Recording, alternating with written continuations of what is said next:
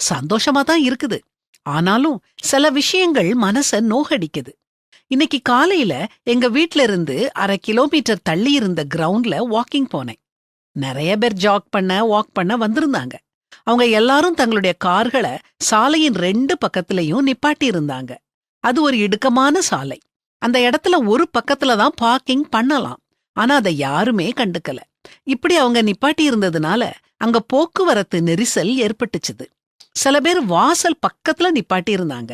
கிரவுண்டுக்குள்ள வர்றவங்களுக்கும் வெளியே போறவங்களுக்கும் அது இடைஞ்சலா இருந்துச்சு. இத பார்த்துட்டு மன கஷ்டத்தோட வெளியே வந்தேன். அங்க இருந்த குப்பைத்தொட்டிய சுற்றி ஒரே குப்பை. குப்பைத்தொட்டி பாதிதான் நிரம்பி இருந்துச்சு.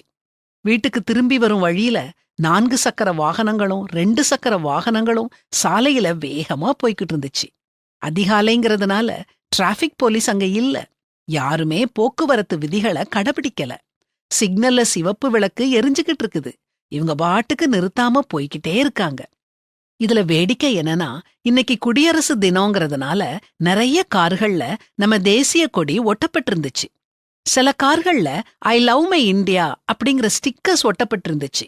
இந்த குடியரசு தினத்துல சில தீர்மானங்களை நாம எடுப்போம். நம்முடைய உரிமைகளையும் பொறுப்புகளையும் புரிஞ்சுக்கிட்டு நமக்கு கிடைச்ச சுதந்திரத்தை அனுபவிப்போம். நம் வீட்டை சுத்தமா வச்சிருக்கிற மாதிரி பொது இடங்களை சுத்தமா வைப்போம். யார் பார்த்தாலும் பாக்காட்டினாலும் போக்குவரத்து விதிகளை கடைபிடிப்போம். நம்முடைய தேசத்தை கட்டி எழுப்பவும் மேம்படுத்தவும் நம்மால முடிஞ்ச அளவு நாம செய்யணும். அதிகாரிகளுக்கு கீழ்ப்படிஞ்சு சக மனுஷரை மதிச்சு அவங்க சௌகரியத்துக்கு முன் உரிமை கொடுத்து நல்லவங்களா ஒழுக்கமுள்ளவங்களா வாழுவோம். நம் நாட்டை வாழ்றதுக்கு சிறந்த இடமா மாற்றுறதுக்கு ஒன்றிணைந்து செயல்படுவோம். இதுதான் உண்மையான தேசபக்தி. எந்த மனுஷனும் மேலான அதிகாரம் உள்ளவர்களுக்கு கீழ்ப்படிய கடவன். ஏனென்றால் தேவனாலே அன்றி ஒரு அதிகாரமும் இல்லை.